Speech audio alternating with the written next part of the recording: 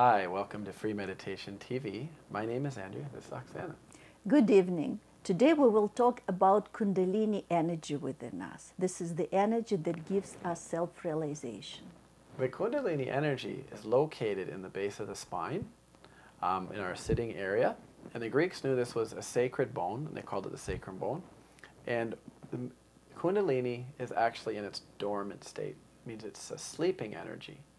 And in Sahaja Yoga, we actually raise the energy. This energy has some powers within itself. And when it rises, its first power is the curing power. When it comes to the center, to the chakra, it opens it up and it clears all imperfections, all problems, all deficiency of the center. That's how we start feeling the problem in the center on our fingers. And then it moves higher and higher. And at the end, we feel it as a cool breeze on the top of our head. So this curing power is almost like a little energy, a little fire inside the body rising. So if I put up my hands now, I'm feeling kind of a warmth in my left thumb, and that goes to my stomach area, my left stomach, lower stomach area. And what the Kundalini is doing is burning out the imperfections and the stresses in my lower left stomach. And that's the first power, is the curing power of Kundalini. The second power of Kundalini is the power of detachment.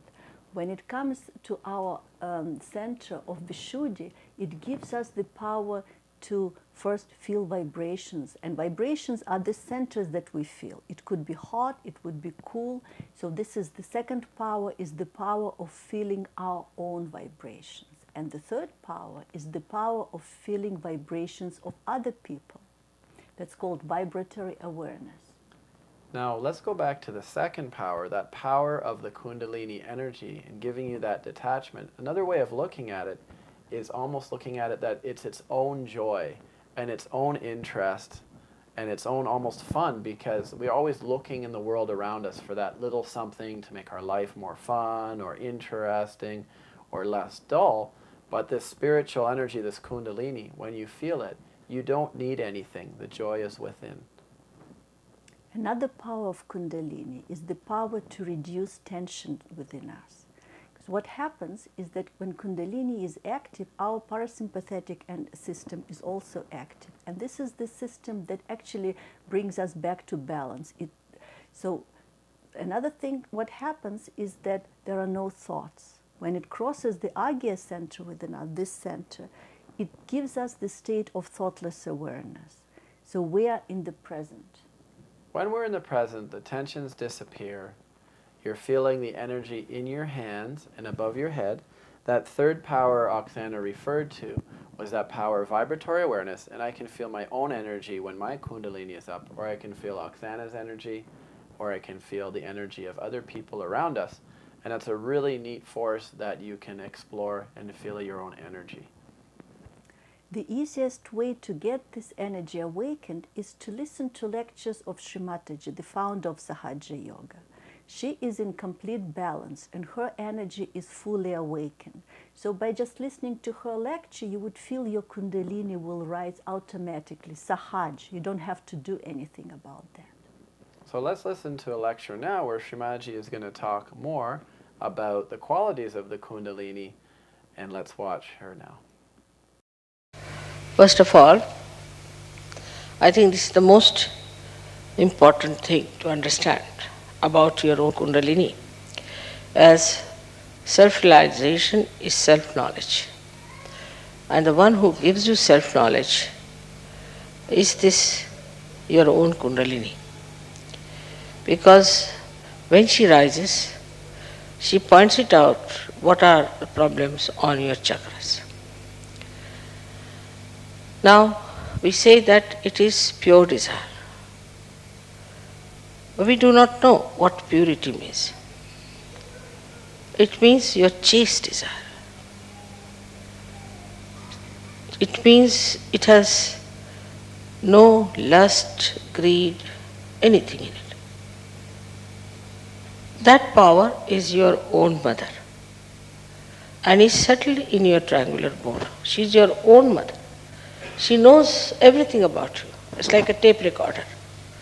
She knows everything about you. and she is absolutely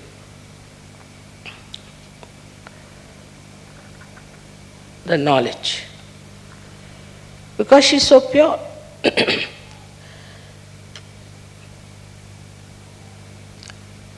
And whatever chakras she touches, she also knows what's wrong with that chakra beforehand.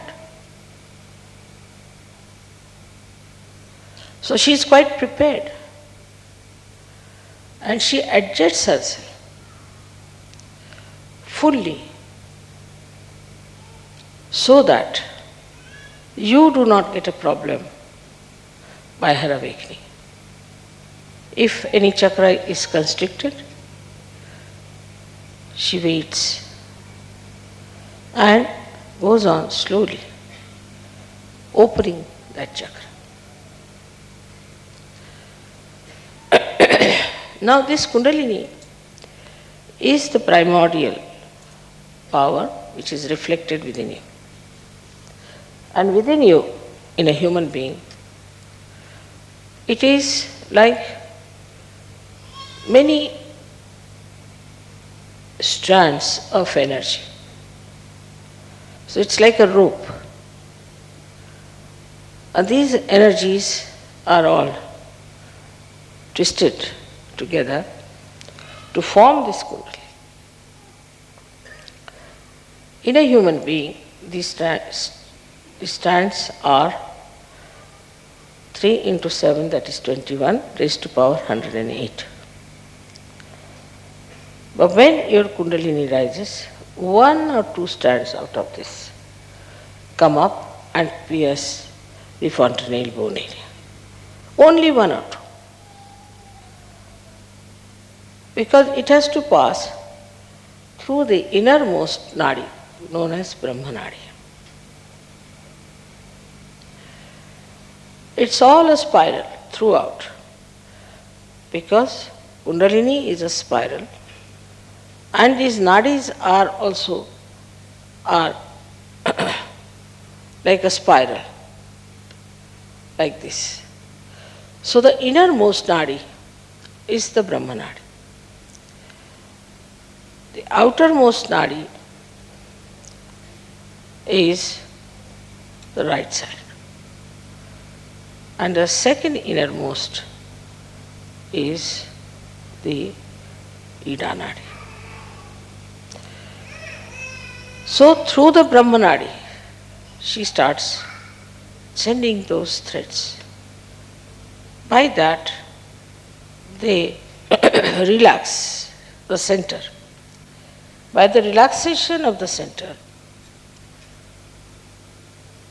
the sympathetic nervous system also starts relaxing.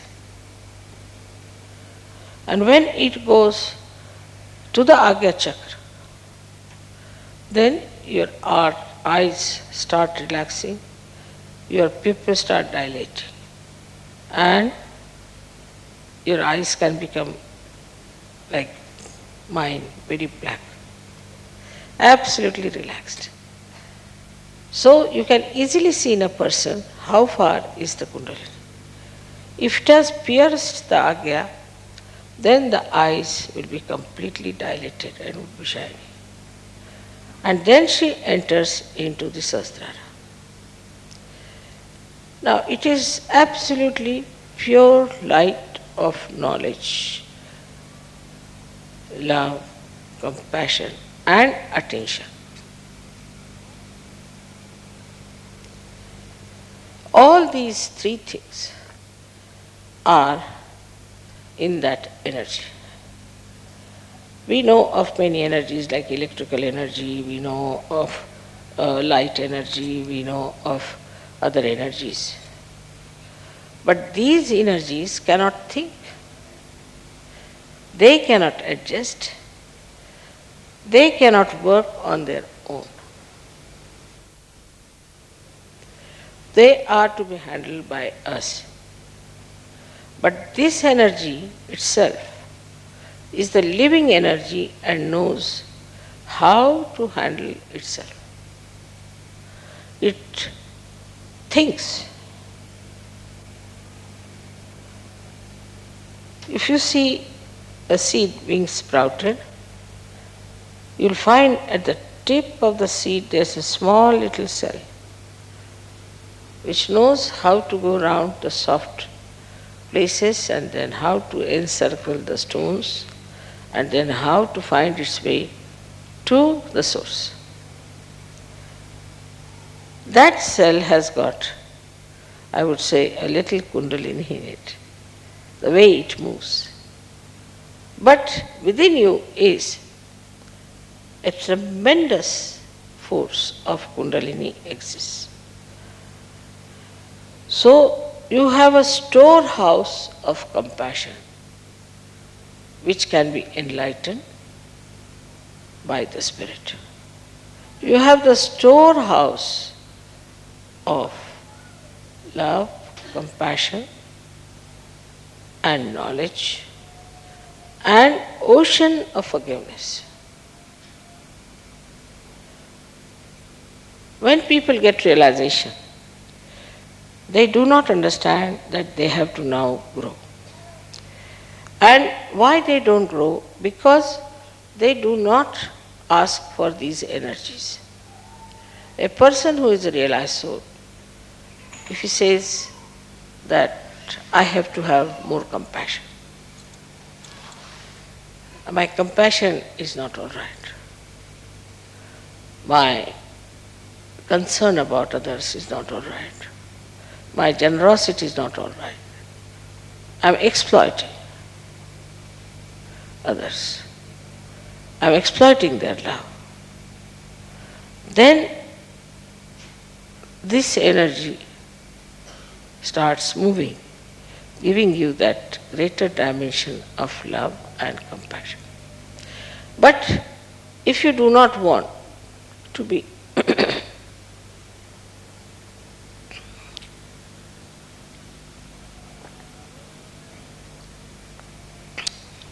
growing in your awareness, then she says, all right, he is a half-baked Sajogi, let it be.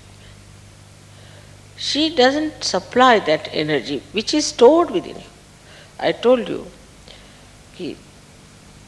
3 into 7, that is 21 raised to power 108.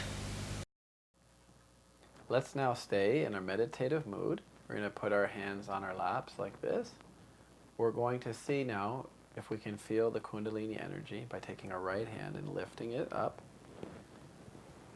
And seeing if you can feel a little bit of coolness above the top of your head. That's the Kundalini that's risen up and actually pierced the top of the head. Now when we're meditating for the next 5 minutes or so, see if you can continue to feel that energy. You can hear the music being played above the top of your head. If you're having a lot of thoughts or getting distracted, just take a deep breath. And you can also say, I forgive my thoughts. Let's meditate now.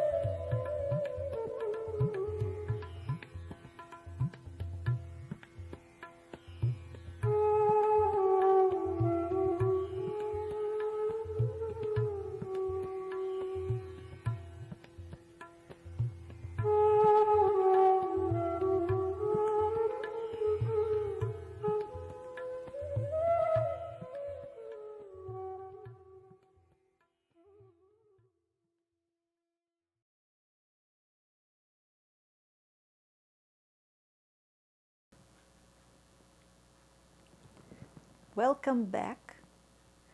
In this segment, we will answer your questions. So, do we have any questions tonight? Yes. Is there any other ways to awaken Kundalini? There is no other way, in a sense of that to awaken Kundalini, you have to meet somebody who already has this energy awakened.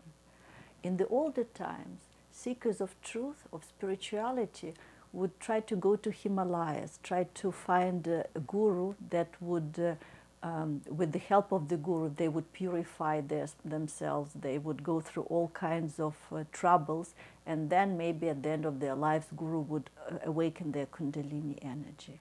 Sri Mataji decided to give this self-realization to everybody, so everybody could at least try to feel that there is something, and with the help of Kundalini could start cleansing himself. I think the one thing to remember is that the Kundalini, everyone has Kundalini, and it's dormant in the base of the spine, so you just have to awaken it. And through someone that has their self-realization can awaken the Kundalini, and someone now that you've received self-realization, you can help awaken the Kundalini of your friends and family.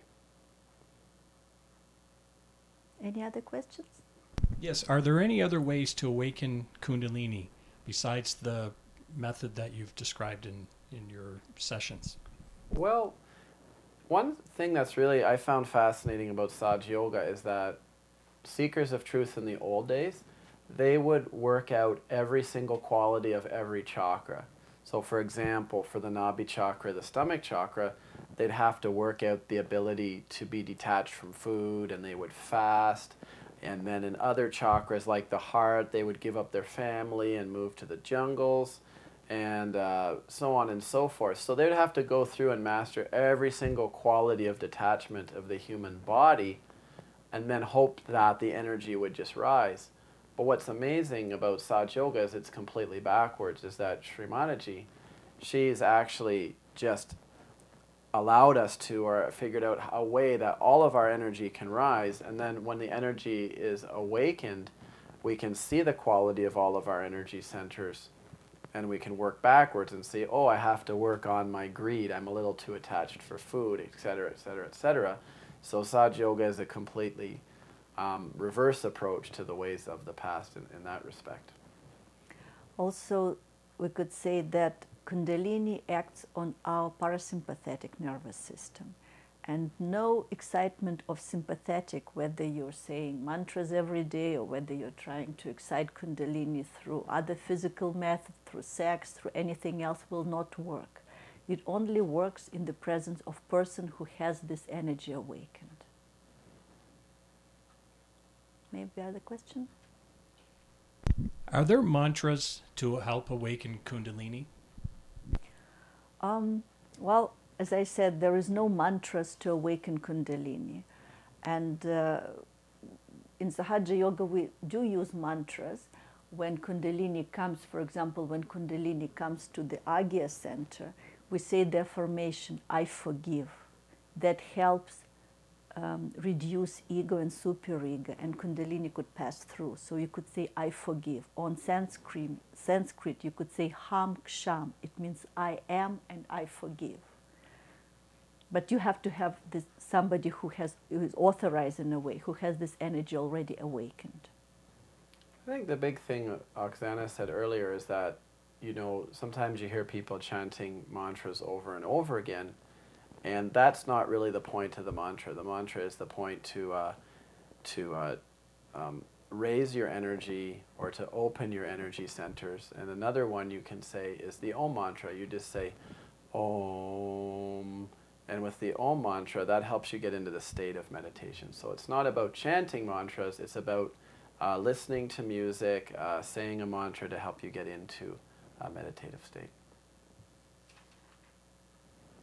Any more questions? Yes, another question. I don't feel cool in hands, but sometimes while trying to meditate, my hand starts to shake. Is this Kundalini? Good question. When hands are shaking, it's not Kundalini. But when hands are shaking, it means that Kundalini encounters problems in the subtle system, and this is a reaction of subtle system in a way. What happens is that at the beginning, when Kundalini comes to the center, there could be some, in some people, most of the people wouldn't feel anything. It would just go nicely. How can we get rid of this shaking of the hands? For example, if you feel that your left hand is shaking, when you meditate, just put your left hand like that on your lap, and right hand, you will be like towards earth, you will be like earthing yourself. So maybe the shaking will reduce. Same thing happens if you have the right hand shaking, you do the same thing. And watch lectures of Srimataji like that, with hands like that, as I suggested, and it might help you reduce shaking of the hands. Pretty much just the shaking of the hands means that your nervous system is just a little bit on edge and just a little bit shaky. So it's actually not a big problem or anything like that, and we all can have shaky hands from time to time. Yeah, it means that you're either on the right side too much or on the left side. When you are in the central channel, then there would be no shaking. Any other questions? 2 more questions. Okay. How do I feel Kundalini has awakened in me? Oh, that's a good question. So the Kundalini Awakening, we've often talked about the cool breeze. So the cool breeze is kind of that manifestation. It lets you know that the Kundalini has awakened. Some people actually feel the Kundalini rising inside their spine, so they can actually feel it rising right up the spine, and sometimes they feel the pressure when it comes on the top of the head. But ultimately, the manifestation of Kundalini is a cool breeze. Cool when it's completely come out and you're in balance. Heat in an energy center above the head when it's burning away the stress or impurities of the body. And if I can add one other thing, a Kundalini you can also feel in your fingertips as well. So if, for example, one of the fingers is cool, it means that energy center is relaxed. If it's feeling hot or burning, it means the Kundalini is trying to take out that stress associated with that finger going into a certain nerve of the body. More questions? Yes, I'm new to meditation. What is Kundalini? Well, Kundalini is the energy. It's a dormant energy within us. We are born with this energy. And most of the people, it's there, but it's not active. And when this energy awakens, we get into, we could say, the next evolution state, or we could say we get into the next awareness state. We could not only see, feel, we could analyze with our mind, but we could also feel vibrations, like this tingling we feel on ourselves. When we meditate a little bit more, not too much, maybe it could happen in a week, and some people it could happen immediately, sometimes it could take few months. Then you will start feeling this energy also on other people. This is how we have become collectively conscious. So this is what Kundalini, it's the energy that awakens. It lets you feel the subtle system within yourself. We could say it teaches you what is your spirit, who are you in reality. And Kundalini is also what we call the primordial feminine energy of creation. So it's the energy in the Mother Earth, and it's the energy, the female creative energy. So for example, the autonomous nervous system, the Kundalini is that auto. What makes us, our retina open and expand? What makes us breathe a certain way, or our heartbeat X amount of times per minute? So all of these things that are being done behind the scenes is all the primordial feminine power. And that's another explanation of what we call Kundalini energy. This is also energy of desire to evolve ourselves. I think we have all questions we had for today. Thank you very much. It was nice today. We had 5 questions, so more than usual. So thanks everyone, and keep asking your questions, and hopefully we gave some satisfactory answers today, and we'll see you next week. See you next week. Bye. Don't forget to like us on Facebook, subscribe to our YouTube channel, And if you have any questions whatsoever or suggestions, please send us an email. We'll be more than happy to get back to you.